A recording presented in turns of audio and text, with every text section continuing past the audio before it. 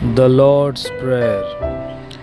పరలోకమందున్న మా తండ్రి, నీ నామము పరిశుద్ధపరచబడుగాక, నీ రాజ్యము వచ్చుగాక, నీ చిత్తము పరలోకమందు నెరవేరుచున్నట్లు భూమియందును నెరవేరునుగాక.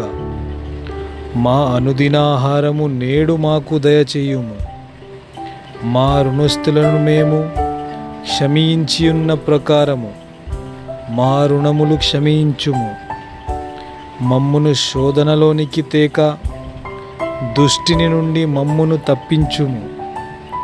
మత్తయి 6:9-13 వరకు.